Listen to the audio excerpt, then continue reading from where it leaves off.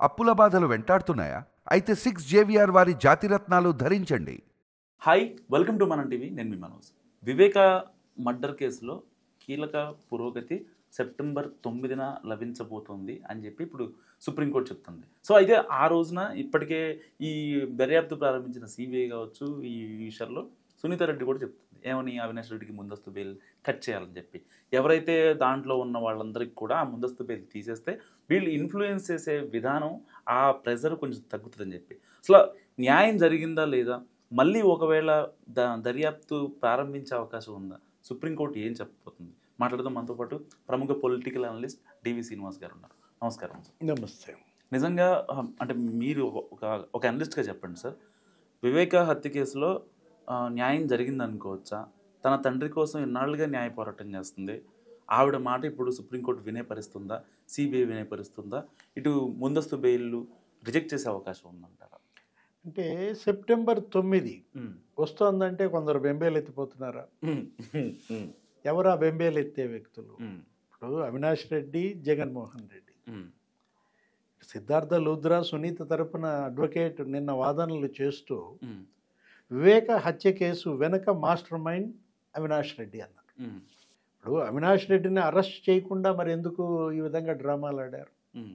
నిన్న సుప్రీంకోర్టు ఒకటే మాట అడిగింది, ఏమని, అతని కస్టోడియల్ విచారణ అవసరమా, మీరు ఈ కేసుని దర్యాప్తుని కొనసాగిస్తారా, 2 వారాల్లో కౌంటర్ దాఖలు చేయమన్నటువంటి నేపథ్యంలో సిబిఐ ఇప్పటికే చెప్పింది ఏంటి, అవినాష్ రెడ్డిని బెయిల్ రద్దు చేయమని సిబిఐ కోరింది.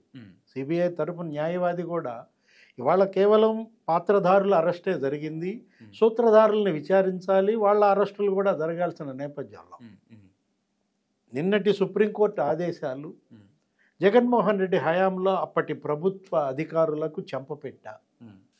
ఎందుకంటే సిబిఐ ఎస్పీ రామ్ సింగ్ పైన కేసు పెట్టారు. ఇప్పుడు ఆ కేసును క్వాష్ చేస్తున్నాను సుప్రీంకోర్టు. సునీత భర్త రాజశేఖర్ రెడ్డి పైన కూడా తప్పుడు కేసు పెట్టారు. కృష్ణారెడ్డి పిఏని ఏదో బెదిరించినట్టుగా, వివేక పిఏని వీళ్ళేదో ఇన్ఫ్లుయెన్స్ చేసినట్టుగా ఆ కేసు కూడా క్వాష్ చేసింది. ఇప్పుడు ఇంత మాత్రాన ఈ కేసులు క్వాష్ చేసినంత మాత్రాన సునీతకు ఊరటగా చూడకూడదు. సునీతకు ఎప్పుడు ఊరట? డాక్టర్ సునీత ఒకటే పోరాటం, ఏది, హంతకులకు కఠినంగా శిక్షలు పడాలి, మళ్ళా ఇలాంటి హత్య చేయాలంటే భయపడే పరిస్థితి రావాలి. తను న్యాయ పోరాటం 6 ఏళ్లుగా చేస్తున్న నేపథ్యంలో నిన్నటి సుప్రీంకోర్టు ఆదేశాలు మాత్రం ఒక రకంగా హంతకులను బెంబేలెత్తిచ్చేవే, బాధితులకు ఊరట చేకూర్చేవే. ఇప్పుడు ఒకటి, ఆ వివేక పిఏ కృష్ణారెడ్డి అతని అడ్వకేట్ ఏదో అభ్యంతరం చెప్పబోతే జస్టిస్ ఒకటే మాట అన్నారు, చాలా సీరియస్ అయ్యారు, మీ ముఖం చూసి మీ క్లయింట్ని వదిలేస్తున్నాం, లేకపోతే జరిమానా వేయాలి అన్నారు. అక్కడే అర్థమైపోలా సుప్రీంకోర్టు ఈ కేసు విషయంలో ఎంత సీరియస్గా ఉంది. ఎందుకంటే కిరాతకంగా నరికి చంపారు. అంటే ఇది కేవలం అది ఆ క్రిమినల్ కేసుగానే కాదు, పొలిటికల్ ఇన్వాల్వ్మెంట్.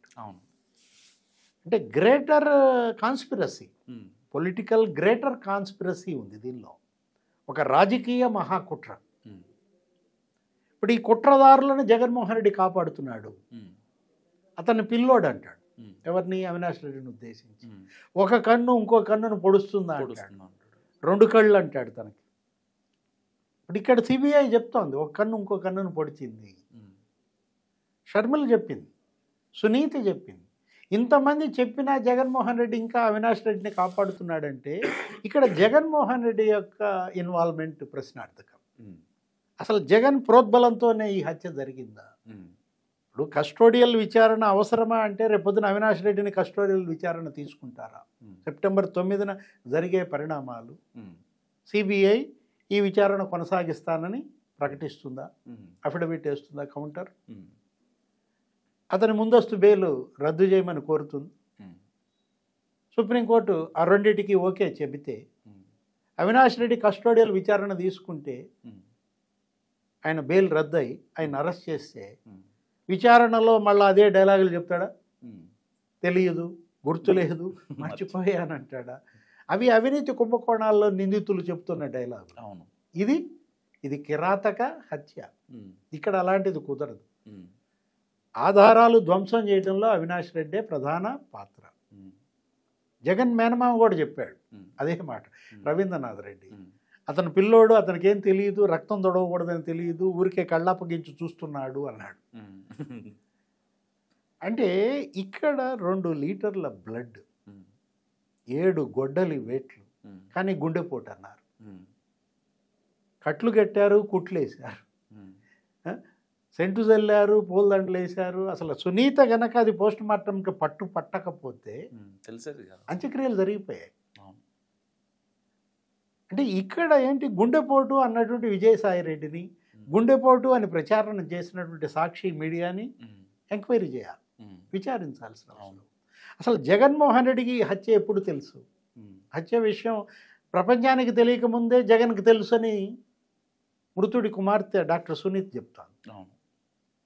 జగన్మోహన్ రెడ్డి ఆ రోజు మేనిఫెస్టో కమిటీ మీటింగ్లో ఉన్నాడని ఉమ్, అజయ్ కల్లం చెప్పారు. ఉమ్, పైనుంచి కబురు వచ్చింది, పైకి వెళ్ళాడు, కిందకు వచ్చాడు, బాబాయ్ నో మోర్ అన్నాడు, క్యాన్సిల్ అన్నారు మీటింగ్. ఉమ్, ఇది ఎన్నింటికి జరిగింది? 5ంటికి ముందే జరిగింది అంటున్నారు. ఉమ్, అంటే ఉదయం 5ంటికి ముందే జగన్మోహన్ రెడ్డికి హత్య తెలిస్తే ఉమ్, మరి ఆయన పులివెందులో చేరడానికి అంత సమయం ఎందుకు తీసుకున్నారు? ఉమ్, రోడ్డు మార్గాన భార్యాభర్తలు మేడం భారతి లేకపోతే జగన్మోహన్ రెడ్డిని ఉమ్, 8 గంటలు ఎందుకు ప్రయాణించారు? ఉమ్, వాళ్ళని కారులో తీసుకువెళ్ళినటువంటి ఆ డ్రైవర్ అనుమానాస్పద మృతి, ఆ నారాయణ యాదవ్. ఉమ్, ఈ కేసులో 4-5 అనుమానాస్పద మృతులు. ఉమ్, ఇప్పుడు ఆ కల్లూరి గంగాధర్ రెడ్డి అనేవాడు, కువైట్ గంగాధర్ రెడ్డి, ఉమ్, లేకపోతే శ్రీనివాస్ రెడ్డి, ఆ వాచ్మెన్ రంగన్న, ఇప్పుడు ఈ డ్రైవర్ నారాయణ యాదవ్. ఉమ్, అసలు అర్థం కానటువంటి మిస్టరీగా మారిన నేపథ్యంలో ఉమ్, ఇప్పుడు ఈ కేసుని ఇవాళ సిబిఐ కూడా, సిబిఐ యొక్క ప్రతిష్టకి ఇది భంగంగా మారుతా. ఉమ్, అందుకే సిబిఐ కూడా అంత సీరియస్గా తీసుకోవాల్సినటువంటి కేసు ఇది. ఉమ్, ఈ కేసులో హంతకులు, గమ్మత్తు ఏంటంటే అతని తరఫున న్యాయవాది దేవిరెడ్డి శివశంకర్ రెడ్డి తరఫున న్యాయవాది ఏమంటాడు, దీంట్లో దగ్గర ఒక మరి 47.7 లక్షల పేపర్లు చదవాలి, ఉమ్, ఒక 13.4 లక్షల డిజిటల్ ఫైళ్ళు ఉన్నాయి, ఈ రకంగా మాట్లాడతాడు ఉమ్, నిన్నటి వాదనల్లో. ఉమ్, ఒకటే మాట అన్నారు జస్టిస్, ఏంటి, మీకు బెయిల్ ఇస్తేనేమో విచారణకు సహకరించారు, ఉమ్, మీకు బెయిల్ ఇవ్వకపోతేనేమో ఇలా కేసుల మీద కేసులు వేసి ఈ విధంగా పేపర్లు పెంచుతారు. ఉమ్, అంటే బెయిల్ ఇవ్వటం వల్ల జరిగిన అనర్థం ఉమ్, అటు జగన్ కేసుల్లోనూ అదే, ఇటు వివేక హత్య కేసులోనూ అదే. అదే పరిస్థితి. డిశ్చార్జ్ పిటిషన్లు వేస్తారు, ఉమ్, ప్రొలాంగ్ చేస్తారు ఏళ్ల తరబడి. ఉమ్, వీళ్ళు ఇదొక పెద్ద ఛాలెంజ్గా మారింది. నిందితులు ఇవాళ న్యాయ వ్యవస్థకి ఇసురుతున్నటువంటి సవాల్.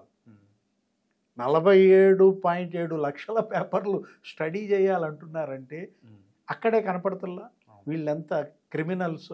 అవును. అంటే ఇటు క్రిమినల్స్, అటు కొంతమంది ఆ డబ్బు కమ్ముడుపోయే అడ్వకేట్లు కుమ్మక్కై ఈ కేసులను ఇలా చేస్తున్నారంటే అవును. ఎటు తేలకుండా దీన్ని ఇవాళ సాల్వ్ చేయాలి. ఉమ్, ఈ ఛాలెంజ్ని మీటప్ అవ్వాలి మరి న్యాయ వ్యవస్థ. ఉమ్, సెప్టెంబర్ 9 బిగ్ డే. ఏం జరుగుద్ది ఆ రోజు, మరి సుప్రీంకోర్టు తీర్పు ఏ విధంగా ఉంటుంది? అసలు ఇక్కడ ఒకటి ఏది, ఆ తప్పుడు కేసులు పెట్టినటువంటి స్టేషన్ హౌస్ ఆఫీసర్, ఉమ్, అతని పైన డిసిప్లినరీ యాక్షన్ ఉంటుందా? ఉమ్, జగన్మోహన్ రెడ్డి సీఎంగా అవును. ఎవరు ఆ కేసులు ఎఫ్ఐఆర్ చేసింది? చేసింది. ఆ తర్వాత వాటిని విచారణకు ఆదేశించిన మ్యాజిస్ట్రేట్, ఉమ్, దాన్ని కూడా నిన్న సుప్రీంకోర్టు జస్టిస్ తీవ్రంగా అభిశంసించారు. ఉమ్, 156(3) ఉమ్, ఆ సెక్షన్ ఎవరు ఆ మ్యాజిస్ట్రేట్? ఉమ్, ఆయన పైన కూడా మరి ఏమన్నా చర్యలు, డిసిప్లినరీ యాక్షన్స్ actions ఉంటాయా? ఉంటాయి.